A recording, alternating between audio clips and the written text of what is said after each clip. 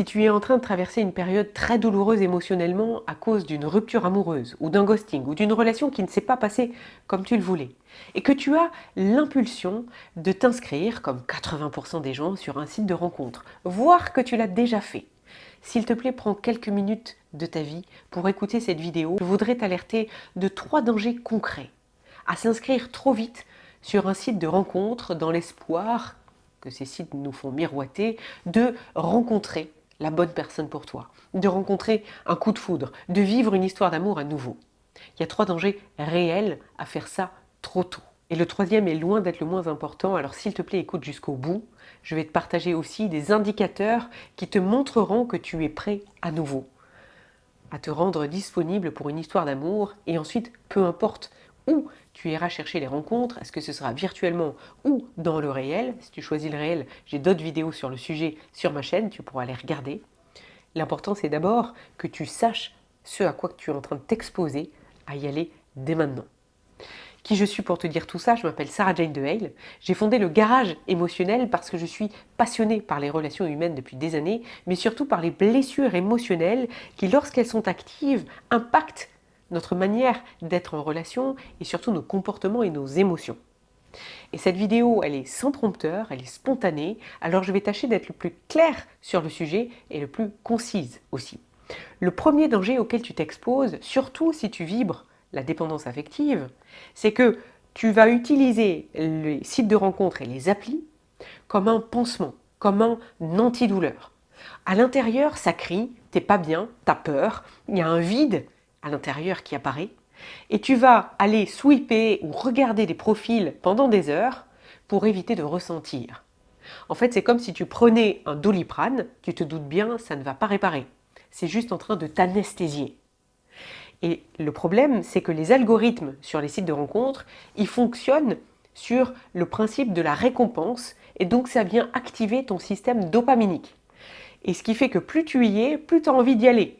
C'est comme un jeu, exactement comme les machines à sous dans les casinos, tu t'imagines que le profil d'après, il sera encore mieux. Et donc, ça crée une sorte d'addiction qui t'éloigne de qui tu es et qui te fait perdre énormément de temps.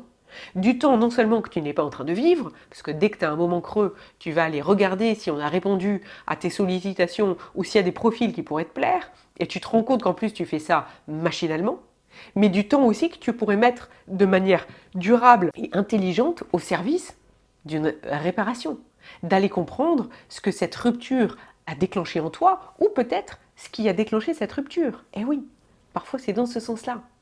Parce que justement, ça amène au deuxième danger. C'est que parfois, ta blessure, elle était déjà là dans la relation d'avant. Et elle est en partie la cause du fait que cette relation n'a pas fonctionné comme tu aurais aimé. Et quand tu sélectionnes les profils, tu as l'impression que tu fais ça en quelques secondes avec un choix par rapport à un type de personne qui te plairait. Mais en réalité, ce n'est pas un type que tu sélectionnes, c'est un symptôme. Et tu le fais avec ton inconscient. Quand tu cherches un appartement, tu vois bien que tu rentres dans un endroit et tu sais très vite si tu t'y sens bien ou pas. Bien sûr, le visage qui défile devant toi, c'est exactement la même chose. Ton inconscient, il capte des milliers d'informations de plus que ton cerveau conscient. Donc tu n'es pas en train de choisir avec ce que tu vois, tu es en train de choisir avec ce que tu vibres et ce que tu ressens. Et c'est ton inconscient qui va chercher sans arrêt les profils qui vont lui faire revivre la même douleur, parce que la vie, elle n'est pas maso, elle cherche à t'amener à te rencontrer et à te réparer. Donc tant que tu ne le fais pas, eh ben, tu vas répéter sans arrêt les mêmes schémas. Ce qui fait que j'entends souvent des personnes me dire « je tombe tout le temps sur les mêmes profils ». Non, tu ne tombes pas tout le temps sur les mêmes profils. C'est que tu choisis toujours les mêmes profils. Tu n'as pas l'impression que tu choisis, mais je t'assure que si, tu choisis. Donc, la vie t'amène sans arrêt sur ces mêmes profils. Et alors, si tu vibres une blessure d'abandon qui t'amène à une dépendance affective, généralement, tu es attiré par les personnes inaccessibles. Parce que ça vient réveiller le circuit de la quête. Donc, plus les personnes sont dans l'indécision, dans l'inaccessible, un peu évitant, tu n'en as même pas conscience, mais c'est eux qui vont t'attirer, ces profils-là. Il n'y a pas de genre, hein, que ce soit des femmes ou des hommes. Et donc tu vas être sans arrêt en train de poursuivre des personnes qui ne te donneront jamais ce que tu cherches, puisque tu es addict à la quête et que ta blessure t'amène à rejouer sans arrêt le même schéma. De la même manière que si tu es plutôt dans l'autre vibration, tu vas attirer des personnes qui sont en dépendance et qui vont te courir après tout le temps et te donner cette sensation d'étouffer. Donc tu vois bien que ce sont des boucles qui n'arrêtent pas de se répéter. Et le troisième des pièges, et comme je le disais tout à l'heure, c'est pas du tout le moins important, c'est que tant que tu as ces blessures-là, quelles qu'elles soient, tu vibres une forme de dépendance. Et cette dépendance affective, elle t'amène à chercher la validation de ta valeur à l'extérieur de toi. Ce qui fait que quand il y a des gens qui vont pas valider ta demande de connexion, tu vas penser qu'il y a quelque chose qui cloche chez toi. Quand il y en a qui vont te valider, mais au bout d'un court échange, ne te parlent plus ou suppriment la conversation, si tu n'es pas bien à l'intérieur de toi, tu vas en faire une affaire personnelle. Tu vas penser que c'est lié à quelque chose que tu as fait. Et donc tu vas te mettre à douter encore plus de ta valeur et ton estime qui était déjà faible va se mettre complètement à dégringoler. Mais l'autre danger, de l'autre côté, c'est que si tu as quelqu'un qui là, au contraire, te répond et que la conversation s'enclenche, ton système peut voir, et je t'assure que c'est dans ton inconscient, dans cette solution ton sauvetage, que tu vas confondre avec un coup de foudre ou avec de l'intensité amoureuse. Parce que ton corps dit « Ah, ça y est, j'ai peut-être enfin ma solution. J'ai peut-être enfin la clé qui va me permettre de ne plus souffrir. » Et donc tu vas interpréter les signaux comme étant tous positifs. Tu ne vas pas voir les alertes qui te diraient qu'au contraire, cette relation, elle part dans le mur, ou en tout cas, tu vas peut-être les voir ici, mais elles ne vont pas descendre dans ton inconscient. Donc, tu ne vas pas être en capacité de pouvoir t'appuyer dessus. Tu as beau savoir là qu'il y a plein de signaux qui disent que cette relation, elle est bizarre et que tu ne connais pas vraiment cette personne et que tu ne comprends pas pourquoi tu développes des sentiments aussi vite, tu les développes quand même. Et tu vas essayer de te raconter l'histoire que c'est un coup de foudre. Même si tu vas me détester quand je dis ça, parce que toi tu dis non, elle n'est pas là, elle ne sait pas que moi c'est un vrai coup de foudre, j'aimerais te dire que tu es une exception. Simplement, je sais que quand les blessures sont actives, c'est elles qui nous téléguident. Donc, je vais t'expliquer après des indicateurs qui peuvent te permettre de savoir quand est-ce que tu es en bonne situation de t'inscrire et de faire des rencontres qui t'amèneront dans l'amour. Mais pour l'instant, ce que tu ressens, c'est pas de l'intensité, c'est de l'anxiété. C'est ton système nerveux qui reconnaît quelque chose et qui vibre un espoir que ça pourrait le sauver. Et donc tu vas surprojeter. Ce qui fait que le risque, et malheureusement il y a de grandes chances que ça arrive à un moment donné, quand cette relation, le mythe va s'effondrer, tu vas avoir perdu encore plus de temps que si tu t'étais pris par la main maintenant pour aller te rencontrer, te réparer et prendre le temps d'aller réparer les blessures à l'intérieur de toi pour donner une chance à la prochaine relation d'être belle, d'être vraie et surtout d'être choisie avec de la lumière, avec du conscient et avec ton cœur et non plus avec ta part blessée. Tu me suis? C'est vraiment une question d'alignement et de liberté à l'intérieur de soi. Ça n'a rien à voir en vrai avec les sites de rencontres, même si je ne suis pas une grande fan de ces applications-là, parce que leur intérêt, elles te disent que c'est qu'elles veulent que tu rencontres l'amour, mais en réalité, elles veulent surtout que tu restes là le plus longtemps possible. Donc si je te disais tous les stratagèmes qu'elles sont capables d'utiliser pour te maintenir actif, tu risquerais d'être choqué, voire de ne pas me croire ou d'être écœuré. J'ai fait plusieurs vidéos sur les sites de rencontres, tu peux aller regarder sur ma chaîne, tu peux même regarder aussi celle où j'ai donné plein de pistes pour aller rencontrer l'amour dans la vraie vie. Néanmoins, si tu choisis des rencontres sur le mode virtuel, c'est ok, l'amour est partout. Simplement, tu vas avoir des chances de le rencontrer à partir du moment où tu vibres la sérénité en toi. Et je voudrais te partager quelques marqueurs pour t'aider à identifier que ce job-là, tu l'as fait. Et évidemment, si tu as besoin de mon aide pour pouvoir y arriver de manière plus sereine, plus rapide et plus apaisée, tu peux m'écrire. Tu trouveras mon mail en cherchant sur Internet et je te parlerai du programme de libération radicale que j'ai créé. Tu peux même regarder sur cette chaîne tous les témoignages de personnes que j'ai déjà accompagnées. Il y en a beaucoup qui sont venus pour ce sujet-là. Parce que c'est pas du tout un trait de caractère d'être dépendant affectif, c'est pas du tout non plus un état défectueux, c'est simplement une blessure souvent ancienne, liée à l'enfance, voire à un parent qui nous l'a transmise.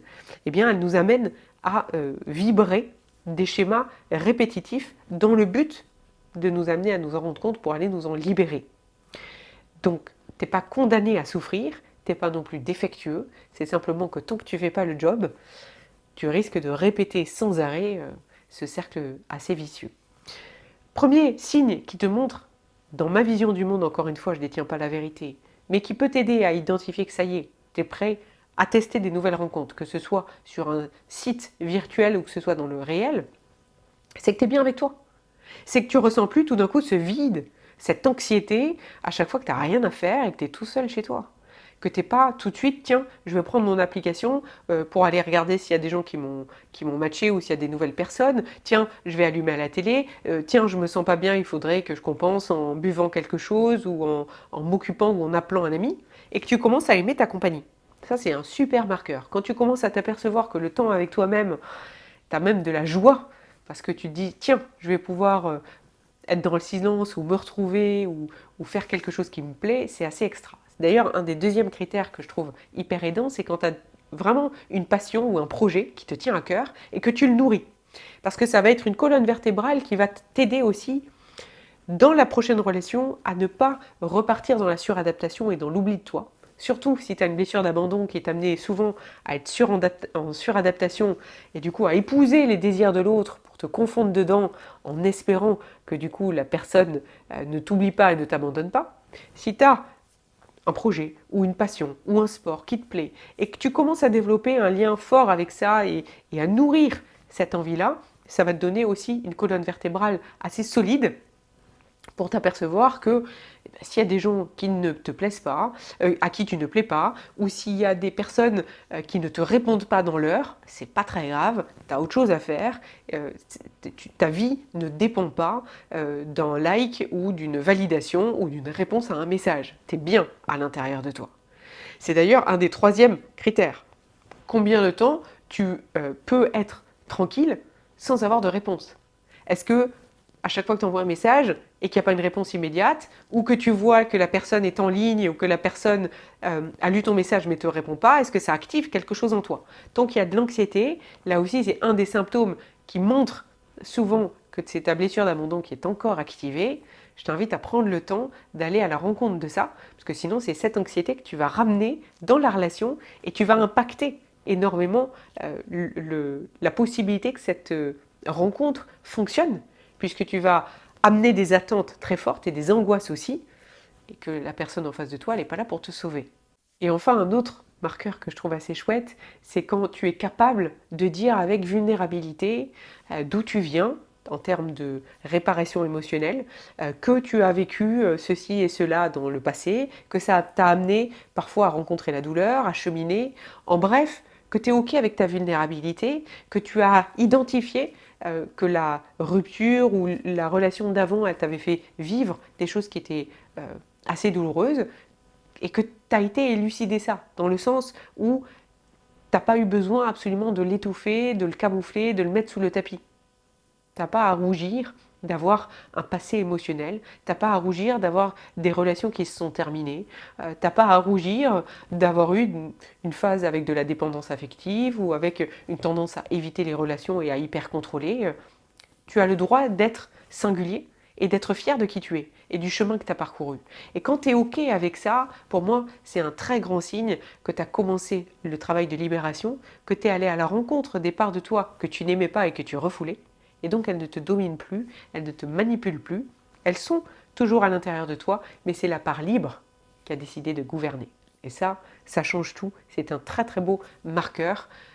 C'est un très très bel indice que tu es sur le chemin de ta liberté. Et donc que tu peux attirer quelqu'un qui va l'être aussi pour commencer à cheminer. Parce que je le rappelle que la relation, c'est pas facile. L'autre est un miroir souvent de ce qu'on n'a pas encore exploré en soi. Donc il y a beaucoup de gens qui pensent que à deux c'est plus facile parce que je ne sais quoi, le partage est plus puissant et où on va s'interprotéger. Quand tu es bien avec toi, tu vas découvrir que la relation, c'est une autre étape et c'est un nouveau défi et que ça va venir te faire travailler plein de choses que tu n'avais pas encore élucidées de toi. Et c'est merveilleux. Simplement, une fois que tu as pris la responsabilité de ce que tu vibres et de ce que tu es, eh bien, tu ne vas plus souffrir à cause de l'autre. Tu vas pouvoir, grâce à l'autre, percevoir que quand il y a des endroits en toi qui se déclenchent, ça parle de toi. Et pas de l'autre, pas de ta valeur ou pas de la relation non plus. Tu vois ? En bref, que tu ailles sur les applications de rencontres ou que tu ailles dans la vraie vie, tout ça, c'est pas vraiment le sujet. Si je donne un marteau à un maçon, il va en profiter pour construire une magnifique maison. Par contre, si je donne un marteau à quelqu'un qui est dans une phase d'auto-sabotage, eh bien, il va se faire très très mal avec. C'est en ça où je dis que les sites de rencontres, comme la recherche absolue de mettre un pansement sur une blessure sans aller prendre le temps de la réparer avant, ça peut être bien plus une torture que quelque chose de salvateur vraiment.